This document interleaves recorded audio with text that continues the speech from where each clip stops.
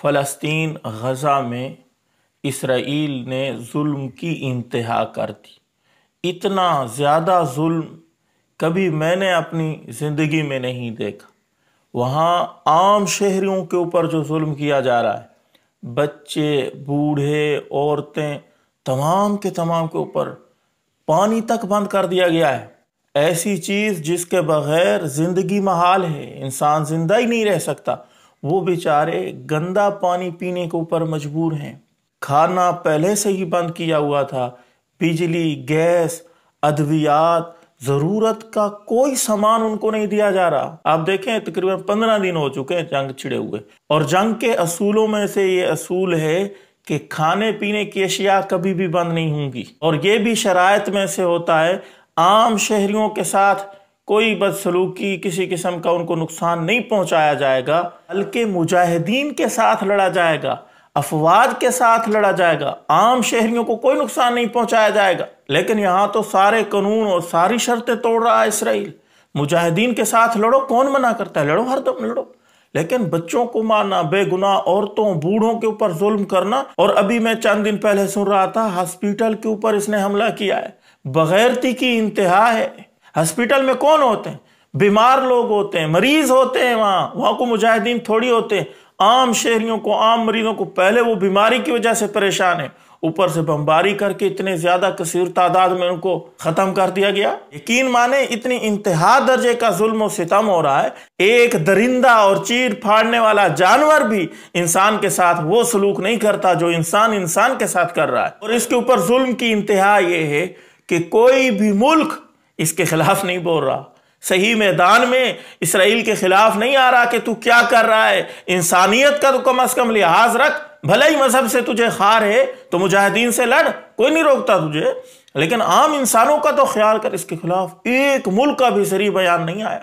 اور اس سے بھی بڑھ کے افسوسناک جو چیز میں آج دیکھ رہا تھا، میں ٹویٹر پہ گیا، دوسرے الکٹرونک میڈیا پہ گیا، جہاں کہیں بھی گیا کیا خبریں چل رہی ہیں؟ نواز شریف، شہباز شریف، یہی خبریں چل رہی ہیں۔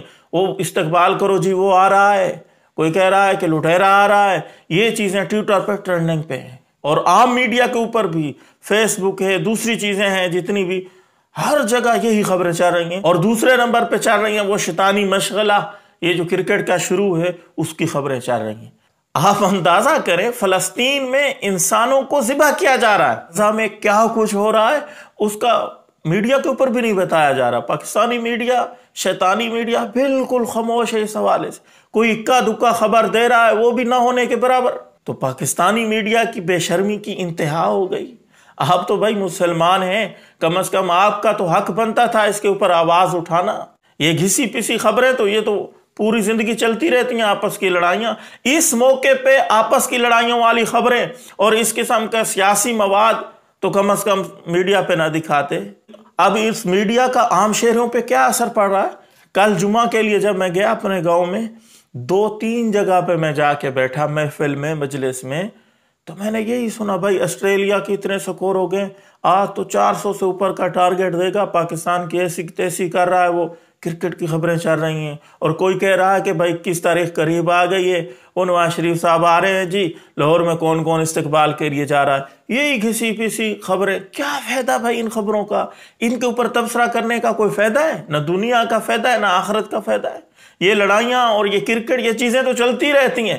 ہمیں اور آپ کو تو چاہیے تھا ان حالات میں اکٹھے ہو کے اپنی آواز فلسطینیوں کے حق میں بلند کرتے، احتجاج ریکارڈ کرتے، ان کے لیے دعائیں کرتے، اسرائیل کا بائیکاٹ کرتے، ان مصنوعات کو چھوڑتے جو اسرائیل کی ہیں۔ اور یہ ہمارے ذمے ہے، یوں سمجھ لیں فرض کا، واجب کا درجہ رکھتا ہے اسرائیل کی مصنوعات کا بائیکاٹ کرنا اور فلسطین کے حق میں کھڑا ہونا۔ یہ ہمارا فریضہ تھا، کیونکہ میرے دوستو یہ جنگ حق اور باطل کی ہے۔ ایک طرف حق ہے، ایک طرف باطل ہے۔